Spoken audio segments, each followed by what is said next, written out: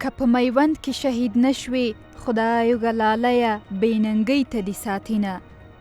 پوره 141 کاله دمخه په نننۍ ورځ د 1880 عیسوي کال د جولای 28 د دوشنبې په ورځ سهار د کندهار میوند په سوځنده دښته کې د محمد ایوب خان تر مشرۍ لاندې افغان لښکر د انګریز یرغلګرو سره په جګړه واوښت چې افغان ښځو هم پکې ګډون درلود.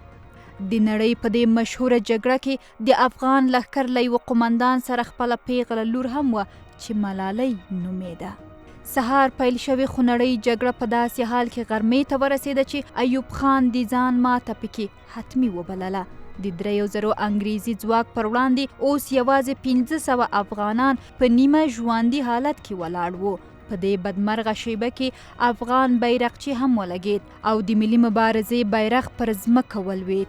دا چې ملاله او سردارو د جګړې شاته دوې پیغلې وې، ملاله د بیرغ اوچتولو ته ور وړاندې شوه او دا ناره یې کړه: خال به دیار له وینو کېږدم چې شینکي باغ کې ګل ګلاب وشرموینه.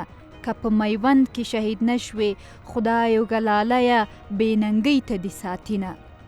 دې چیغه د افغان ځواکونو لوېدلي مورال داسې وننګاوه چې په یوه پرېکنده برید کې یې د دښمن ملا غوټه ورماته کړه او د دې ورځې جګړه د انګریز په تېښته پای ته ورسېده. تاریخ پوهان وایي د میوند تاریخي ماتې څخه وروسته په لندن کې پارلمان په 120 رایو سره د کندهار تخلیه رسما منظور او پاس کړه. بریتانوي پوځ د پروګرام له مخه د 1880 عیسوي کال د اپریل تر 28 له کندهاره ووت او هغه یې عبدالرحمن خان ته وسپاره.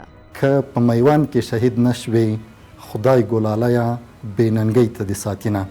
همدغه لنډۍ وه چې د افغاني زلمیانو وینه په جوش راوستله او هغوی په ډېره حماسې سره د دشمن په وړاندې وجنګېدل او هغوی ته تاریخي ماتې ورکړه او د ملالۍ نوم تر نن ورځې پورې په افغاني تاریخ او تر څو چې افغانستان وي دغه نوم به ژوندی وي. افغان جونې او هلکان ټول تللي وو، هلته شعارونه ورکړه. دا لویه مېړانه ده او دوی د سرتیري د ورځې په مناسبت باندې یا له هغه نه بغیر د خپلو ملي او امنیتي ځواکونو په د مورال لوړولو په خاطر باندې دوی خپل غږ جي کړی ده او خپل غږ یې نړیوال ته رسولی ده. تر ټولو ښه بېلګه یې زموږ په دې څو ورځې وړاندې لوی اختر کې همدا پیغلې وې د ملي اردو ځواکونو پوستو ته ورغلې، هلته هغوی ته یې ګلان ورکړه، د هغوی مورال یې لوړ کړه، هغوی ته یې ملي بیرغ ورکړه.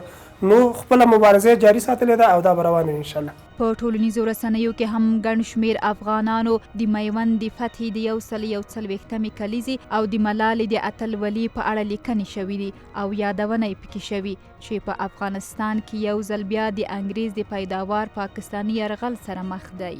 دوی لیکلي افغانان باید یو ځل بیا د غازی محمد ایوب خان او د ملالې تاریخ تکرار کړي او یووالي سره د پاکستاني یرغل پر وړاندې درېدنه وکړي. چارواکي وایي د کندهار په میوند ولسوالۍ کې د ملالې میوند د مقبرې د بیا رغولو چارې ګړندۍ پر مخ روانې دي او ډېر ژر به په ښه توګه د جمهوري ریاست په ځانګړې پاملرنې سره کارونه بشپړ شي.